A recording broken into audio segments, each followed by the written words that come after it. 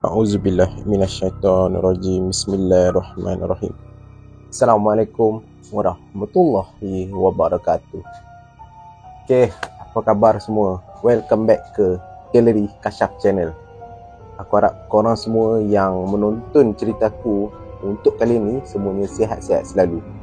Aku harap semua yang menonton video ni juga diberikan kesihatan yang baik, dimurahkan rezeki dan dipermudahkan segala urusan dunia dan akhirat. Okey, macam biasalah, sebelum aku nak mulakan cerita, nak minta jasa baik korang untuk klik tombol like, share dan juga subscribe channel ni sebagai tanda sokongan korang. Kalau subscribe channel ni, insyaAllah korang akan terima video-video yang terbaru. Nanti korang akan dapat lah. Okey, pada siapa yang berminat nak share kisah-kisah seram korang, misteri ke, mistik ke, boleh tekan link WhatsApp, Telegram ataupun email je kat ruangan description yang aku dah sedia kat bawah video ni. Alright guys, tajuk untuk video kali ni adalah orang minyak. Pernah dengar kan? Adakah orang minyak ni manusia ataupun makhluk dari alam ghaib? Okay, dalam video kali ni aku akan cerita sedikit lah perincian pasal orang minyak ni berdasarkan beberapa research yang aku adalah buat sikit melalui beberapa sumber yang aku dapat. Maka terhasillah video ni. Kemudian lepas tu akan ada juga kisah yang akan aku ceritakan, di mana kisah seorang pahlawan Melayu ataupun boleh dipanggil The Unsung Hero, Angseng Hero, kurang macam itulah. Iaitu kisah Pawang Nong bertempur dengan orang minyak ni. Tapi siapa pula Pawang Nong ni? Tak ramai yang tahu mengenai insan ni, tapi bagi aku kisah Pawang Nong ni memang menarik untuk aku kongsikan dalam video kali ni. Okay, korang nak tahu tak macam mana kisah dia? Okay, kita mulakan dulu dengan zikir Subhanallah walhamdulillah wala ilaha illallah wallahu akbar. Jom kita dengarkan kisah untuk kali ni, The Legend of Orang Minyak. Let's go.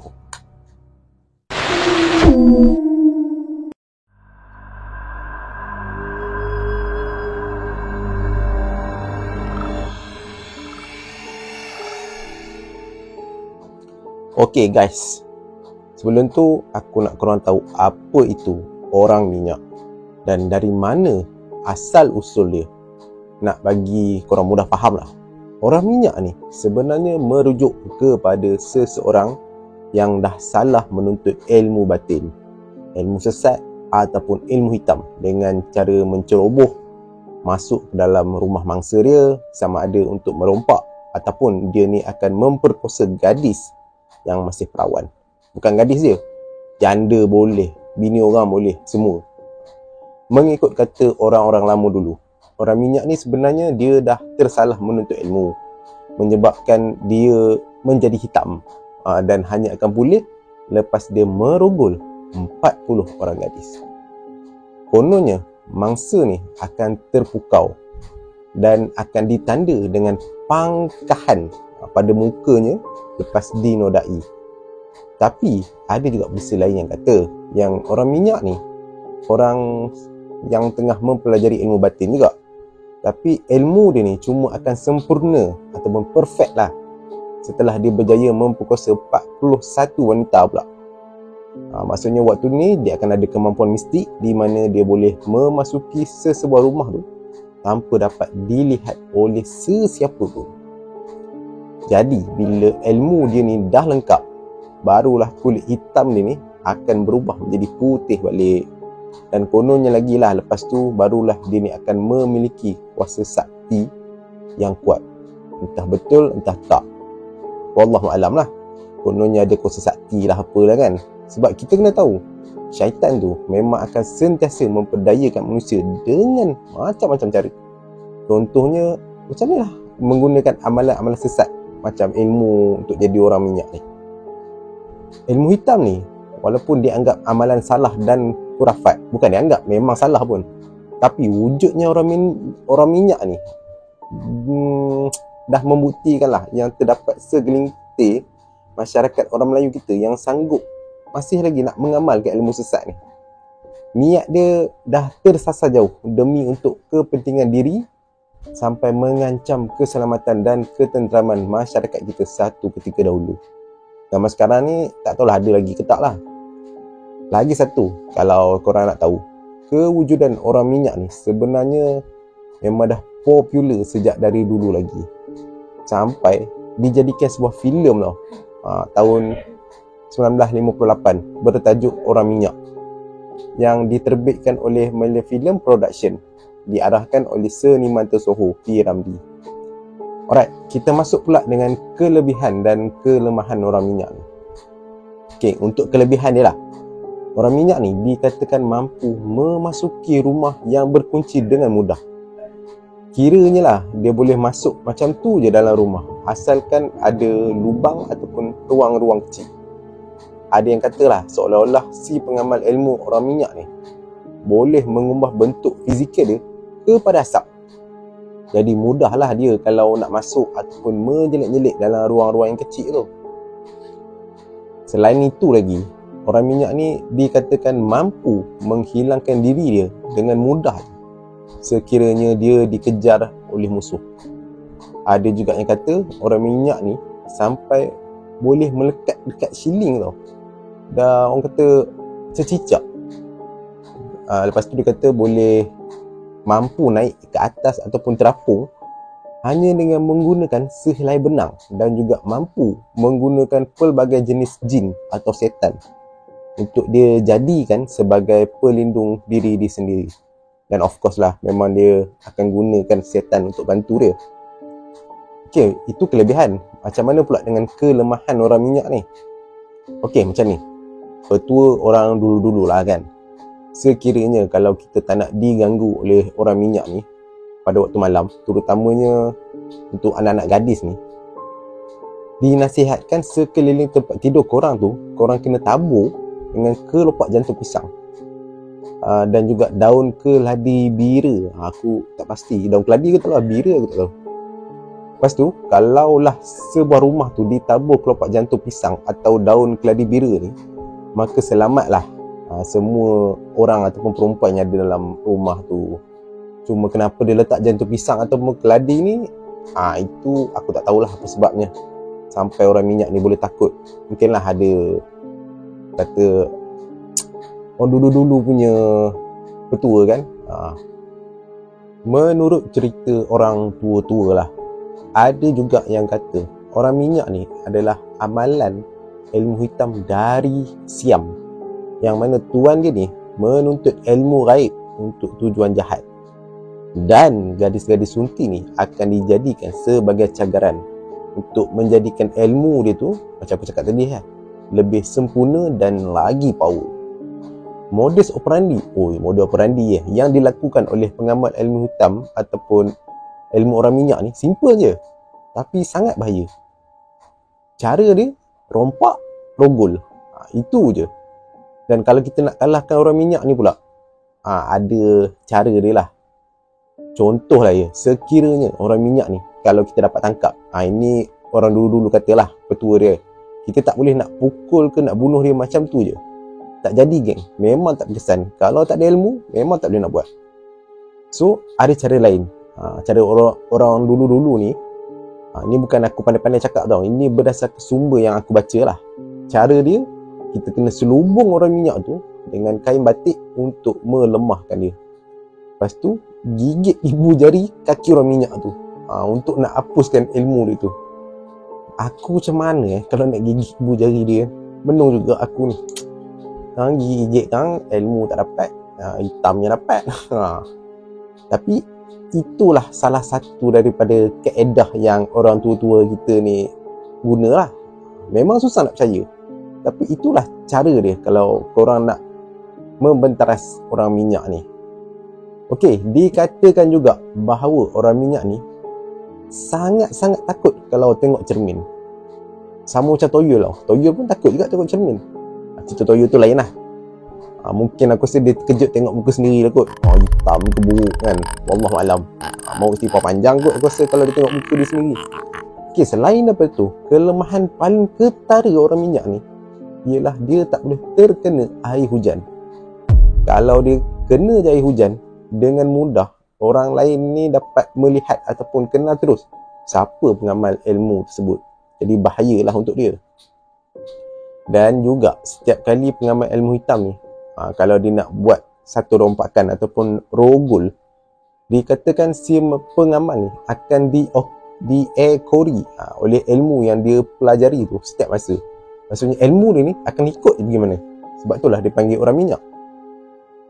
Tujuan ilmu tu mengikut dia ni sebab bila pengamal ilmu hitam tu dalam keadaan bahaya ke, dalam keadaan terdesak ke, atau dilihat oleh orang-orang lain masa dia tengah duk jalankan aktiviti merogol ke merompak dia ni, ilmu hitam dia tu akan automatik masuk dalam tubuh badan dia dan menyebabkan si pengamal ni akan hilang secara tiba-tiba.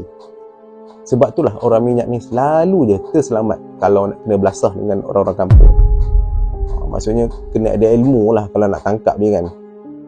Jadi satu-satunya cara nak menangkap ataupun nak memasung orang minyak ni, ini yang paling penting lah. Ilmu seseorang tu mesti, orang kata, ada kelebihan ilmu yang lagi tinggi dari apa yang diamalkan dari pengamal ilmu hitam tu. Senang cerita, ilmu kau kena lagi tinggi. Itu je. Kalau ilmu tak tinggi, janganlah nak mencuba-cuba. Silap-silap boleh makan diri sendiri kita balik. Okey, sebut je pasal orang yang ada kelebihan ilmu yang tinggi ni. Sebenarnya aku ada satu kisah di mana pernah berlaku pertempuran antara orang minyak ni dengan seorang lelaki. Lelaki ni sangat dikagumi oleh masyarakat dari negeri Pahang satu ketika dulu. Siapa yang daripada negeri Pahang? Aku rasa korang mesti tahu siapa dia. Okey, lelaki tersebut digelar sebagai Pawang Nong. Ada banyak kisah-kisah yang selalu jadi bualan masyarakat Pahang ni dulu tentang Pawang Nong ni lah. Tapi untuk video kali ni, aku cuma nak ceritakan tentang macam mana Pawang Nong ni dia menyelesaikan masalah orang minyak ni yang pernah menghantui masyarakat di sebuah kampung dekat area Jerantut, Pahang. Ini kisah betul tau, dan memang pernah terjadi satu ketika dahulu. Okey, tapi sebelum tu jom kita kenali siapa Pawang Nong ni yang sebenarnya. Ini secara ringkas je lah. Kalau cerita panjang sebab banyak dia punya biodata yang panjang, boleh cari kat Google. Pawang Nong ni atau nama sebenar beliau ni adalah Haji Nong Taib bin Santan.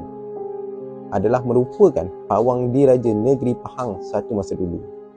Bukan kaleng-kaleng Beliau ni adalah sahabat serta dikatakan juga pernah menuntut ilmu persilatan dan juga ilmu kebatinan dengan pahlawan Pahang yang terkenal, iaitu Mat Kilau. Mat Kilau ni, kalau tak tahu aku tak tahulah. Orang yang pernah berjuang bersama yang pernah menentang penjajah British satu ketika dahulu lah di sebelah kampung, katanya dekat kampung Hulu Ceka ataupun Hulu Ceka dekat Jerantut Pahang. Itu adalah info sikit lah pasal Pawang Nong ni. Jadi kisah pertempuran antara Pawang Nong dengan orang minyak ni bermula macam ni, geng. Jom sama-sama kita dengar.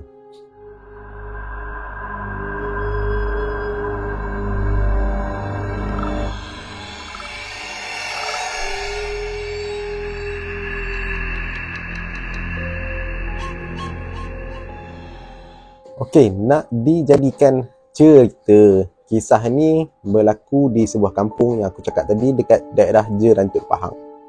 Dikisahkanlah, dicerita balik macam mana terdapat tiba-tiba, kan, satu malam tu ada satu lembaga hitam dengan badan ni berkilat-kilat seolah-olah penuh dengan minyak tu, tengah memanjat tingkap sebuah rumah. Lembaga tu dengan hati-hati, lembaga tu menuju ke arah seorang gadis yang tengah nyenyak tidur bersebelahan dengan bilik kedua-dua ibu bapa dia. Tapi geng, tak ada sesiapa pun yang sedar dengan lembaga hitam tu. Dia duduk mundar-mandir je kat dalam rumah tu sambil dia mendekati gadis tu. Jadi waktu itulah lelaki hitam yang berminyak ni perlahan-lahan masuk ke dalam bilik dan dia pun datang dekat anak gadis ni. Dia datang sambil tu dia usap-usap muka gadis ni.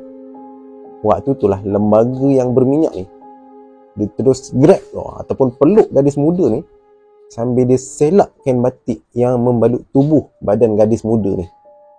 rupa-rupanya manusia berminyak tu cuba nak memperkosa mangsa tanpa ada langsung rasa belas kasihan.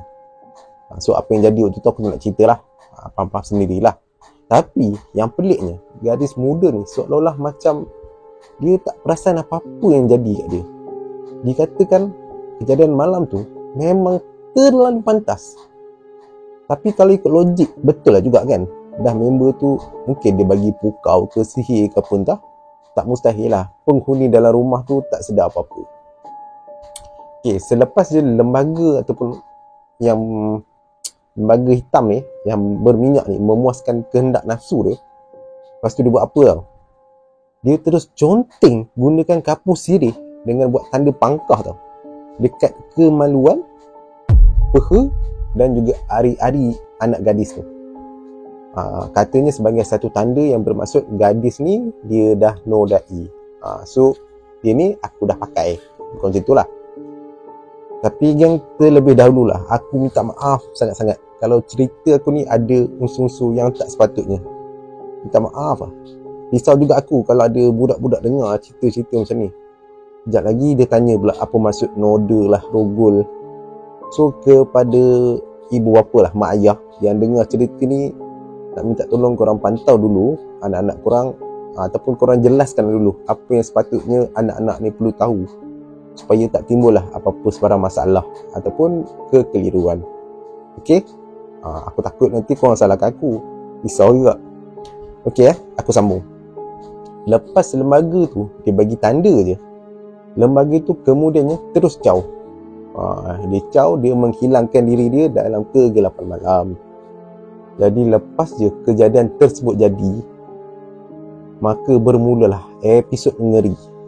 Episod ngeri, episod bersiri. Dan dalam sekelip mata je, kisah orang minyak ni terus heboh diperkatakan kat serata kampung, dekat ceruk, semualah orang tahu pasal cerita ni, tentang orang minyak ni. Mana-mana mesti orang cerita. Sebabnya waktu tu orang dah jadi makin takut tau. Yang terkena tu lagilah, sampai trauma dia buatnya. Jadi makin lama cerita ni semakin viral lah waktu tu. Sebabnya kebanyakan semua rumah yang diceroboh ni mengadu yang anak gadis atau isteri diorang ni sendiri dah diperkosa. Isteri orang pun dibantai mat. Jadi dalam banyak-banyak kejadian, hampir semua mangsa ni langsung tak sedar sewaktu diorang ni dinodai. Ayat dia elok sikit lah, dinodai kan. Bukti dia bila diorang ni bangun je pagi, tiba-tiba boleh ada contengan kapur dekat alat sulit diorang ni. Jadi memang sah lah, memang ada kehadiran lembaga laknatullah ni datang membuat onar. Uish, aku pula macam marah kan. Akhirnya cerita ni, orang kata cerita mengenai perkosa, mencuri harta benda tu pun merebak lah serta merta. Sampai dekat kampung-kampung lain pun dah tahu. Ada juga kampung lain juga yang kena. Yang dikata kat sini ada kampung Damak, Batu Balai, kampung Som, kampung Tanjung, Budu, Cat Benta dan Dipis Barat. Aku tak tahulah masih wujud ke tak kampung ni. Jadi masa tengah kecoh-kecoh tu keluarlah macam-macam pendapat dari macam-macam orang. Duduk bercakap lah pasal kejadian-kejadian ni kan. Ada yang percaya itu adalah orang minyak lah, berdasarkan gambaran yang diceritakan oleh mangsa-mangsa. Badan hitam legam, licin, berkilat dan berminyak. Ada yang kata tak bahawa orang minyak tu punyalah busuk, hapak, amis, sebiji macam bau bangkai, macam bau tahi pun dia kata. Jadi lagilah bertambah ketakutan semua penduduk kampung kat situ. Yalah sebab diceritakan kan dia ni kena cari 44 mangsa, 41 ataupun 40 orang lah untuk dia nak perkosa demi nak nak sempurnakan ilmu-ilmu hitam yang dia belajar tu. Namun aku dah macam marah dah ni. Semua ramalan dan agakkan orang kampung jadi semakin keliru pula. Sebabnya tak ada seorang pun pengawal malam yang pernah bertembung dengan orang minyak ni. Tak pernah jumpa. Jangankan nak bertembung, bayang-bayang ke, tapak kaki ke, minyak pun tak jumpa. Jadi isu ni membuatkan banyak penduduk kampung waktu tu bercanggah pendapat. Bergaduh lah. Ada kata itulah, inilah. Ada kata bukan orang minyak. Ada kata toyol lah, apalah. Macam-macam cerita lah yang keluar. Cuma yang menguatkan isu pasal orang minyak ni, bila ada mangsa yang terjaga dan nampak sendiri depan-depan orang minyak ni. Masih ada lagi lah. Waktu dia nak kena noda tu, dia nampak. Cuma waktu tu, diorang kata diorang tak boleh nak buat apa langsung. Katanya macam lidah dia keras tau. Terus terkelu sebab terlalu takut. Ataupun mungkin dah dipukau ataupun disihir. Tapi kebanyakan kejadian, mangsa langsung tak sedar. Cuma yang menjadi bukti adalah kesan contengan je lah kat bahagian kemaluan tu. Jadi wujudnya orang minyak ni, macam mana dia kata wujudnya orang minyak ni menguatkan lagi kepercayaan orang-orang kampung ni. Dan jadi mestilah orang kata ada kaitan dengan menuntut ilmu hitam kan. Menurut ceritanya lah, sebelum orang minyak ni nak masuk sesebuah rumah, orang ni kata orang minyak ni dia akan keliling dulu rumah tu sambil dia membaca beberapa mentera. Lepas tu dia akan baling pasir dekat kawasan dinding ataupun atap. Lepas tu dia akan duduk tepi ujung, dia cangkung, dia tunggu kejap. Tengok ada reaksi tak lepas dia baling pasir tu, lepas dia buat baca mentera tu kan.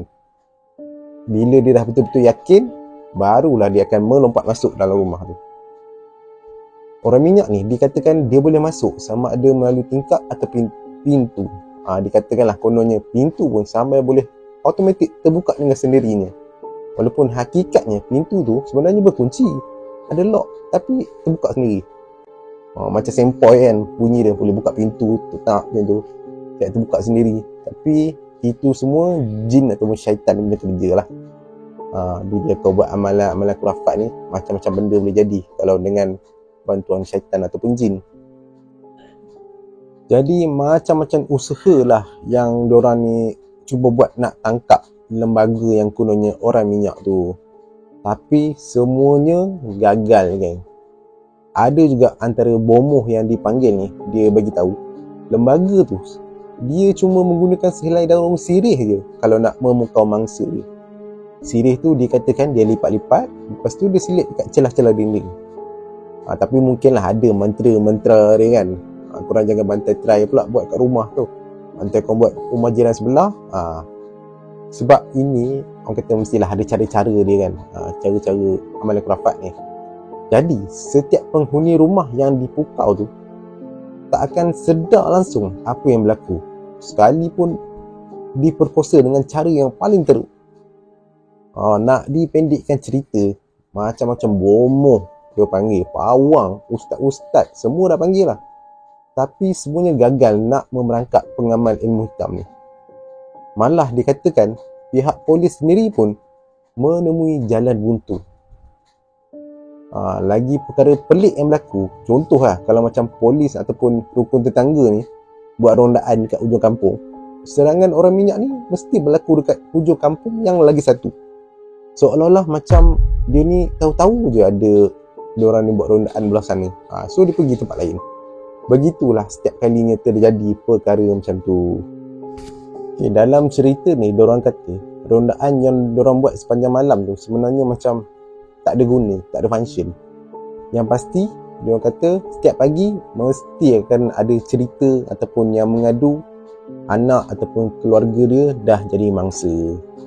Boleh dikatakan selang sehari dua mesti akan jadi.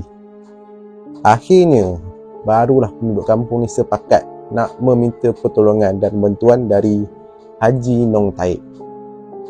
Dia ni lah yang aku cakap, Pawang Nong tu tadi. Seorang pawang dan juga guru silat yang tinggal dekat Hulu Ceka, Jerantuk Pahang. Sorry lah panjang intro pasal orang minyak tu yang dia masuk tu ini. Jadi diceritakanlah yang selama ni Pawang Nong ni dia dah tahu pasal orang minyak ni, cuma dia perhati je. Sebab katanya dia tak boleh nak memandai-mandai masuk campur tau, selagi tak dijemput ataupun tak diminta. Sebab itu adalah petua ilmu yang dia pelajarinya. Maksudnya dia tak ada saja-saja pergi, kalau tak ilmu tu tak jadi.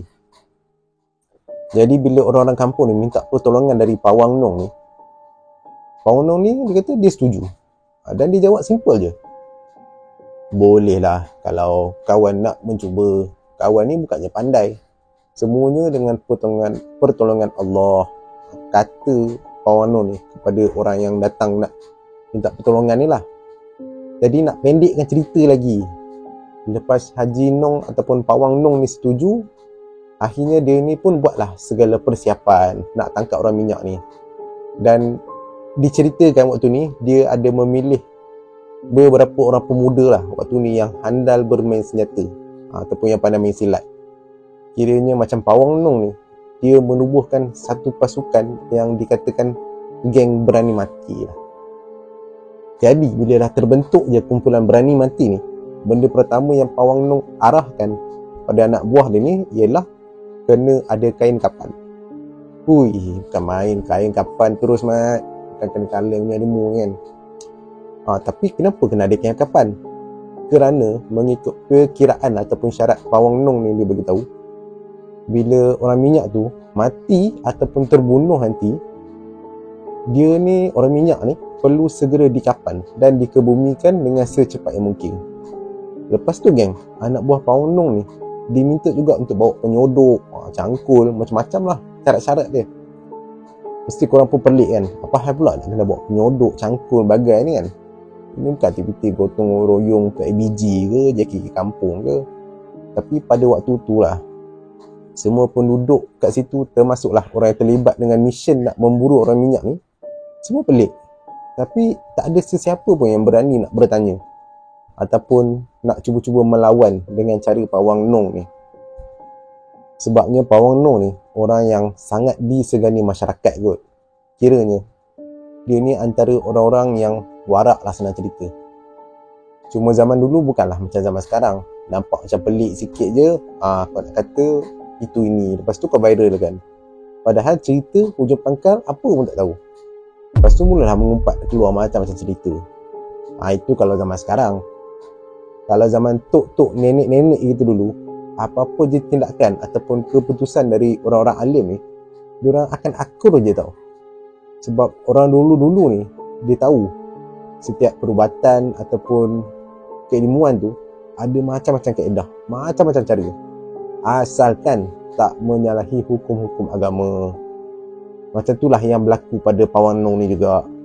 So apa yang disuruh, orang akan dengar. Sebab diorang ni tahu kaedah perubatan yang dilakukan waktu tu mesti ada sebab dan juga alasan dia yang tersendiri. Alright, so kita balik pada misi pencarian orang minyak ni. Okay, dipendekkan cerita lagi, banyak sangat pendek cerita kan. Lepas Pawang Nong and the team ni bekerja keras, dia macam-macam cara lah dia nak cuba jejak orang minyak tu. Akhirnya Haji Nong ataupun Pawang Nong ni berjaya juga temui lokasi orang minyak tu berada. So dalam cerita ni, orang minyak tu diorang jumpa dekat sebuah kawasan pinggir hutan, hutan kampung lah, dekat kawasan Lipis Barat. Macam mana Pawang Nong ni boleh jumpa, tak diberitahu pula lah macam mana.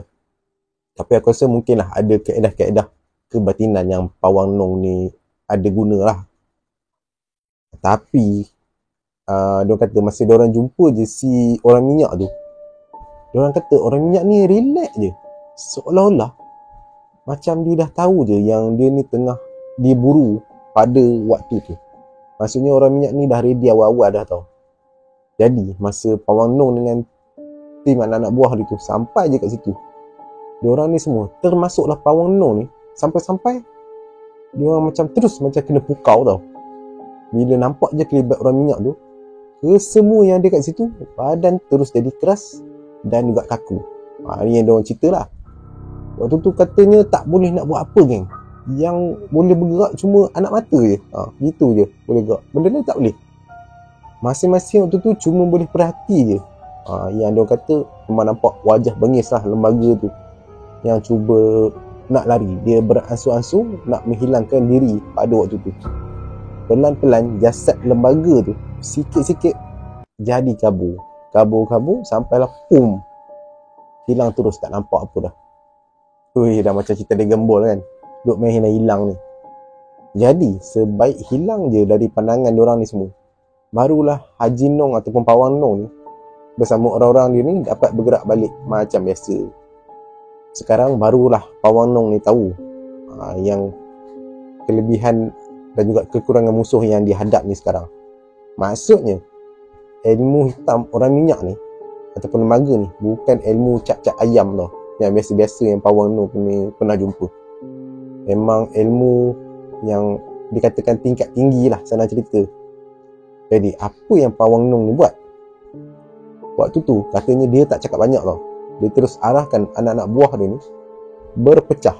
Berpecah nak cari balik kat mana orang minyak tu tadi. Sebab katanya kalau diorang ni duduk sekumpulan ramai-ramai akan jadi macam-macam tadi. Macam-macam lah kata macam tadi. Habis semua kena pukau. Tapi tengah diorang ni baru je beberapa langkah nak keluar dari tempat tu balik, orang minyak tu muncul balik depan diorang ni. Tapi kali ni dia lebih ganas dan agresif.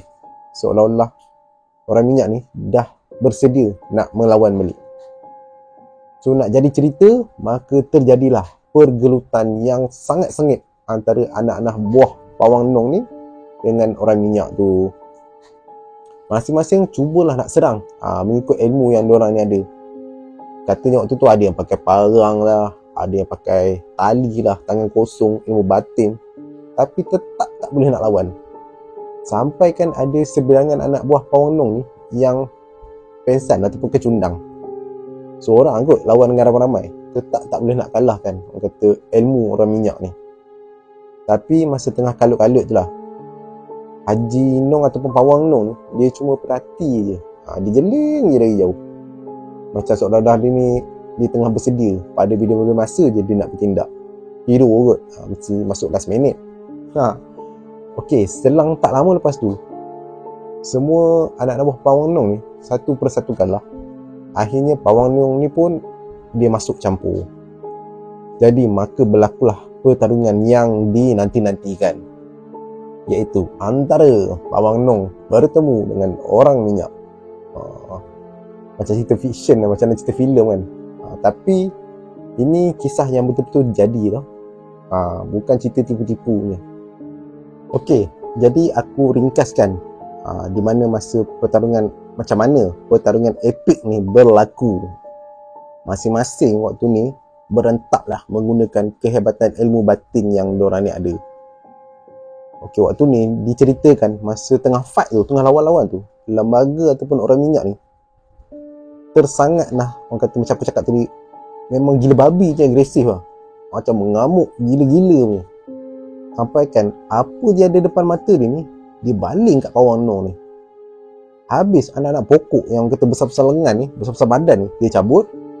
Lepas tu dia baling ke arah Pawang Nong ni. Tapi Pawang Nong ni orang silat kot. Setakat kau main baling-baling pokok macam tu, memang orang kata kecil punya hal lah. Okay, dia kata Pawang Nong waktu tu, walaupun dia dah agak berumur, tapi dia punya lompatan tu ke kiri ke kanan dah macam harimau. Sambil tangan ini, dia orang kata dia duduk tepis-tepis balingan anak pokok tu. Mudah-mudah je dia tepis. So pada masa, orang kata masa yang sama pula lah, anak buah Pawang Nong ni, diorang ni ada juga cuba menghidupkan jamung untuk menerangkan lagi tempat tu. Sebab benda ni dekat area kawasan pinggir hutan kan. Untuk pengetahuan korang juga, jamung tu aku rasa macam lebih kurang macam obor api lah. Biasanya orang dulu-dulu pakai benda tu kalau nak berjalan pada waktu malam. Dia pegang obor api tu kan. Sebab torchlight bukannya ada lagi masa zaman tu. Kalaulah ada pun, mungkin orang kata susah nak dapat.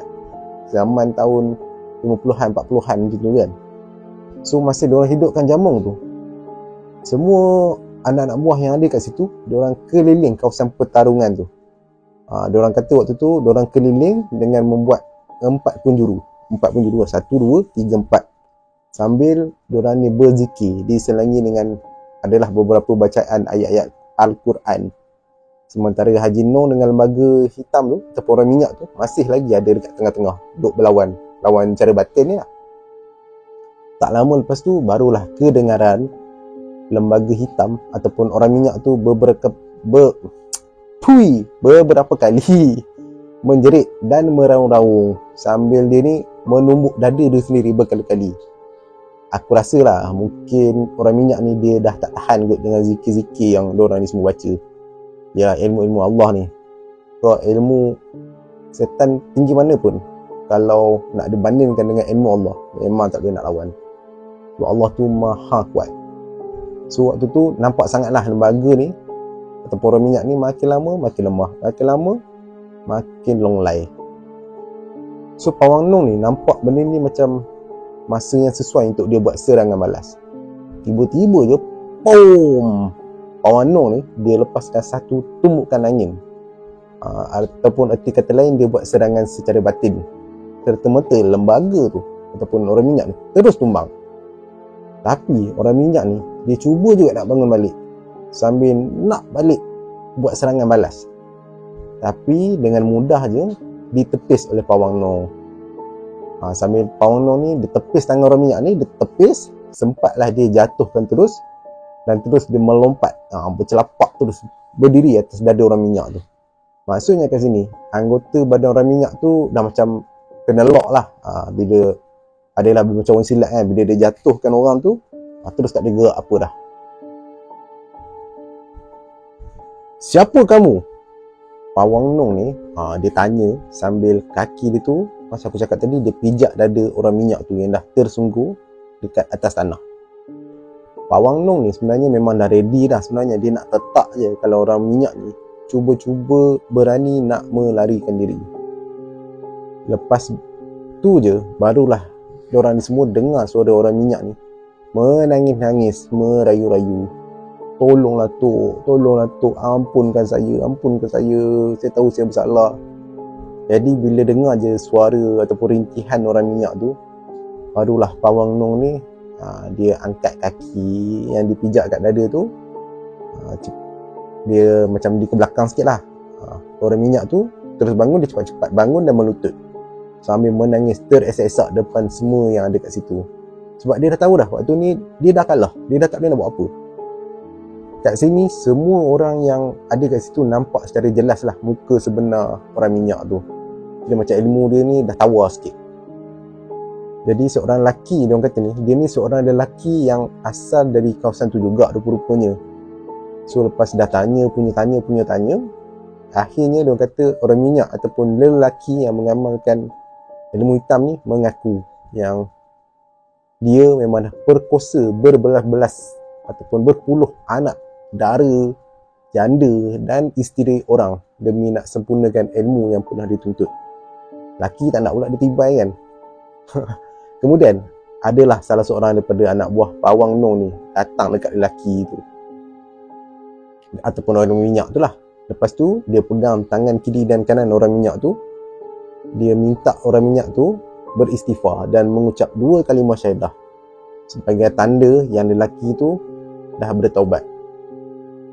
Tetapi orang minyak ataupun lelaki ni langsung tak nak istighfar ataupun mengucap. Dia cuma diam, dia tak cakap apa-apa.